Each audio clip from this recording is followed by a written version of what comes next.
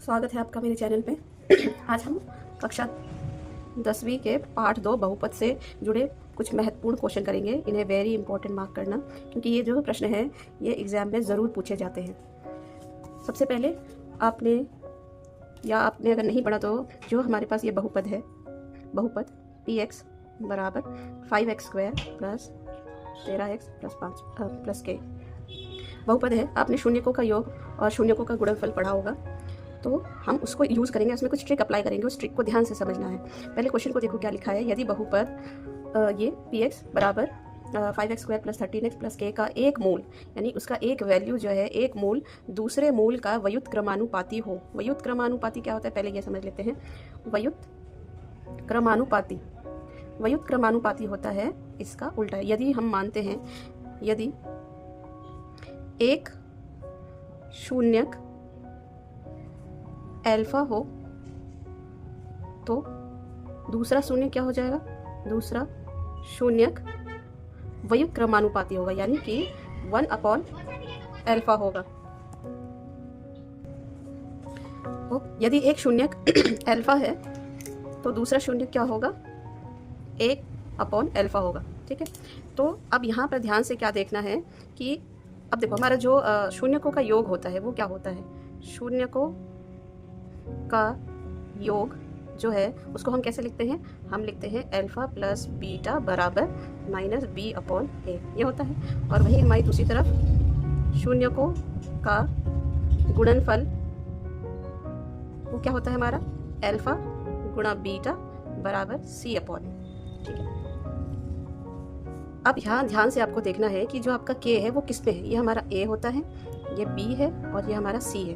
तो हमारा जो k है वो किस में है, वो c पर है, a b c c। तो अब दोनों में से देखो कि शून्यकों का योग और शून्यकों का जो गुणनफल है, इसमें से c किस में है, इसमें है शून्यकों का गुणनफल। तो ये याद रखना है।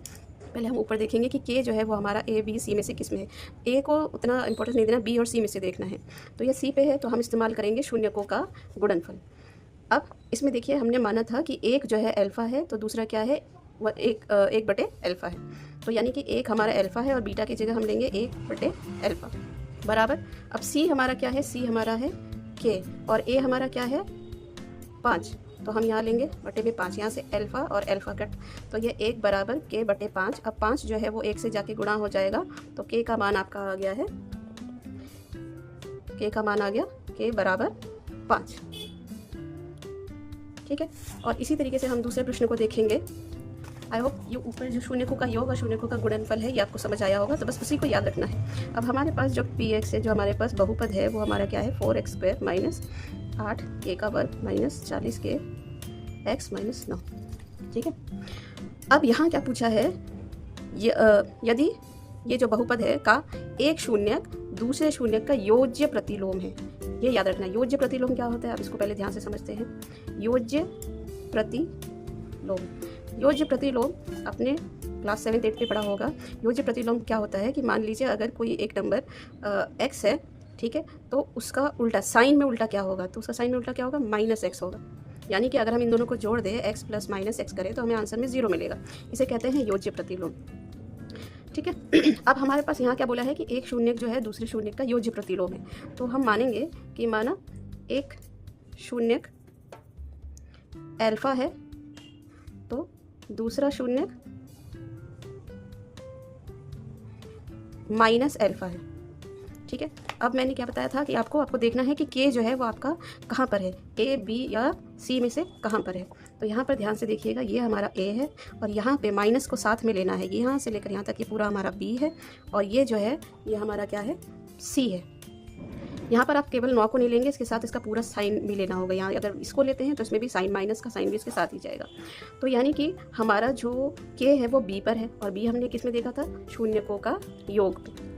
इससे लिखती हूँ ताकि आपको ध्यान रहे, शून्यकों का योग। शून्यकों का योग क्या होता है हमारा, शून्यकों का योग हमारा होता है अल्फा प्लस बीटा बराबर माइनस b/a।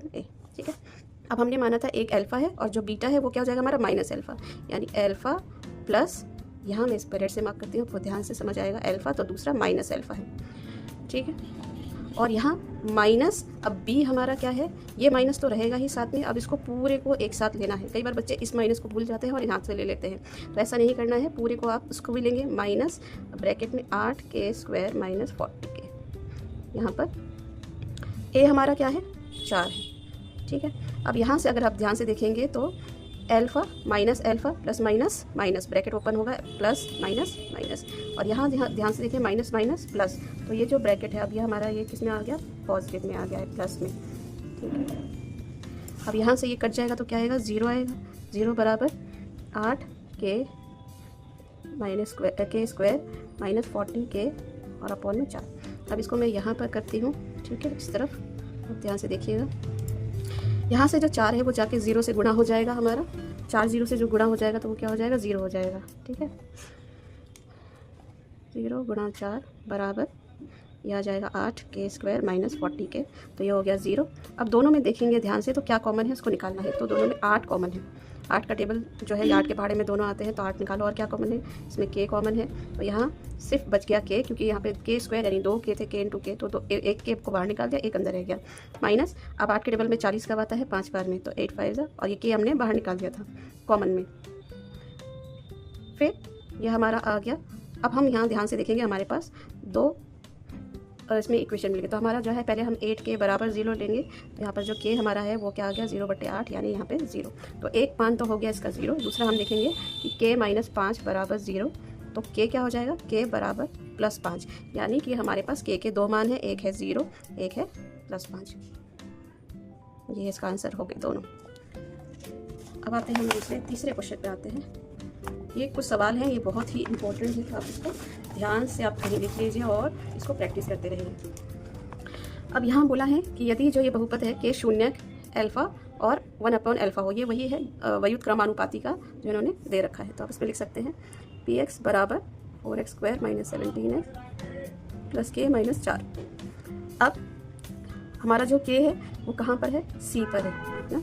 यहाँ ध्यान से देखिए, ये हमारा a है और ये जो माइनस 17 है ये हमारा b हो गया और ये हमारा c हो गया। तो हम क्या लेंगे, शून्यकों का गुणनफल, शून्यकों का गुणनफल, शून्यकों का गुणनफल, यानी कि अल्फ़ा मल्टीप्लाई बीटा बराबर c/e। तो अल्फ़ा तो अल्फ़ा है, अब बीटा की जगह पर क्या लेंगे, 1/अल्फ़ा बराबर c हमारा है k माइनस 4, और c यहाँ पर जो a है वो हमारा क्या है, 4। यहाँ से अल्फ़ा से अल्फ़ा कट, तो यहाँ क्या बच गया, 1 बराबर k माइनस 4 और नीचे 4। ये 4 जो है वो जाके 1 से गुणा हो जाएगा, तो ये हमारा हो जाएगा 1 गुणा 4 बराबर k माइनस 4, यहाँ पे 4 k माइनस 4, तो ये माइनस दूसरी तरफ जाके प्लस हो जाएगा, यानी k प्लस 4 बराबर k। तो आंसर आ गया k बराबर 8। ये हमारा हो गया आंसर 8। अब यहाँ समझेंगे, यदि जो ये बहुपद है शून्यकों का गुणनफल 4 हो तो a का मान ज्ञात कीजिए और शून्यकों का योग ज्ञात कीजिए। तो इसमें क्या बोला है, शून्यकों का गुणनफल 4 है, शून्यकों का गुणनफल 4 है, यानी कि अल्फ़ा मल्टीप्लाई बीटा जो है वो हमें 4 दे रखा है। और हमें पता है कि अल्फ़ा गुणा बीटा जो है, ये जो शून्यकों का गुणनफल होता है वो हमारा क्या होता है, c/a बराबर 4। इसका मतलब अब यहाँ से जो है हमारा जो ये बहुपद है, इसमें देखेंगे 6x माइनस 6। अब यहाँ पर ये हमारा a है, ये b है और ये c है। तो c हमारा क्या है, -6, और a हमारा क्या है, a हमारा a ही है। तो a जाके 4 से गुणा हो जाएगा, तो यानी कि 4 गुणा a, और या तो यूँ आप डायरेक्ट 4 को a की जगह पर और a को 4 की जगह पर लेके जाइए। तो यहाँ पे हो जाएगा हमारा a बराबर -6/4। इसको 2 के टेबल से काट देंगे, 2 दूनी 4, 2 तिया 6, तो यानी कि a का मान आ गया -3/2। अब बोला है शून्यकों का योग ज्ञात कीजिए। हमारे पास अभी ये px जो है वो हमें मिल गया है प्रॉपर। यहाँ पर क्या हो गया, -3/2 x² माइनस 6x माइनस 6, ठीक है, ये हो गया। अब शून्यकों का योग क्या होता है हमारे पास, तो हम लिखेंगे शून्यकों का योग बराबर -b/a। तो यहाँ लिखते हैं -b यानी कि माइनस का यहाँ -6 लेना है एक साथ, -6, माइनस को वहाँ छोड़ना नहीं है। और a हमारा क्या हो जाएगा, -3/2, तो -3 यहाँ, और ये जो 2 नीचे आएगा ऊपर हम इसको गुणा में कर देंगे। फिर अब हमारा ये क्या हो जाएगा, माइनस माइनस प्लस, तो +6 -3 और ये गुणा में 2, तो 3 से अब इसको आप गुणा कर लीजिए, 6 दूनी 12 और ये -3, इसे काटेंगे तो क्या आएगा आपका -4, यानी कि हमारा जो अल्फ़ा प्लस बीटा है वो हमारा आ गया -4। शून्यकों का योग क्या मिल गया हमें? -4। ठीक है, अब ये आखिरी प्रश्न, बस इसको ध्यान से समझना है। यदि द्विघात बहुपद, ये हमारे पास बहुपद क्या है? px बराबर k² plus k x² plus 68x plus 6k का एक शून्य दूसरे शून्य का गुणन प्रतिलोम है। अब गुणन प्रतिलोम क्या होता है? गुणन प्रतिलोम सिमिलर, जैसे व्युत्क्रमानुपाती क्रमानुपाती है उसी को हम गुणन प्रतिलोम भी कहते हैं। गुणन प्रतिलोम जो है वो किसके बराबर है? वो व्युत्क्रमानुपाती, दोनों सेम है, व्युत्क्रमानुपाती। तो आपको जो है दोनों इन शब्दों का ध्यान रखना है बस। तो व्युत्क्रमानुपाती यानी यदि मान लेते हैं, माना एक शून्यक अल्फ़ा है और दूसरा 1/अल्फ़ा है। ठीक है, तो अब हमें क्या देखना है कि k हमारा कहाँ पर है? k हमारा जो है यहाँ पर ध्यान से देखिए, यहाँ पर c में है, ये हमारा a है, यहाँ b है और ये हमारा c है। तो कहाँ पर है? c पर है। b और c को देखना है, a तो हमेशा दोनों में ही आता है। तो हम क्या लेंगे? c पर आया है तो शून्यकों का योग, शून्यकों का गुणनफल, शून्यकों का गुणनफल यानी कि अल्फ़ा गुणा बीटा बराबर c/a। अब अल्फ़ा हमारा अल्फ़ा है बीटा की जगह पर a/अल्फ़ा, और c हमारा क्या है? 6k, और a हमारा क्या है? k² plus k। ठीक है, अब यहाँ अल्फ़ा से अल्फ़ा कट गया तो 1 बराबर 6k, और ये हो जाएगा k² प्लस k। अब ये जो k² है ये पूरा का पूरा जाके a से गुणा हो जाएगा यहाँ। तो यानी कि 1 गुणा में पूरे ब्रैकेट को रखेंगे, k² प्लस k बराबर 6k। अब यहाँ पे 1 से गुणा करने पर सेम आएगा, बराबर 6k। अब यहाँ क्या कर सकते हैं? इसको इधर लेके जाते हैं, k² बराबर 6k और माइनस में k, तो ये हमारा आ गया k² बराबर 5k। अब यहाँ पर k² है तो आप क्या कर सकते हैं? एक k को यही रख लीजिए और दूसरे को नीचे, यानी कि k² मतलब क्या है? k गुणा k बराबर 5k। तो एक k को हम नीचे भेज देते हैं, यानी भाग में भेजते हैं, तो k से k कट गया, यानी k बराबर क्या आ गया? 5।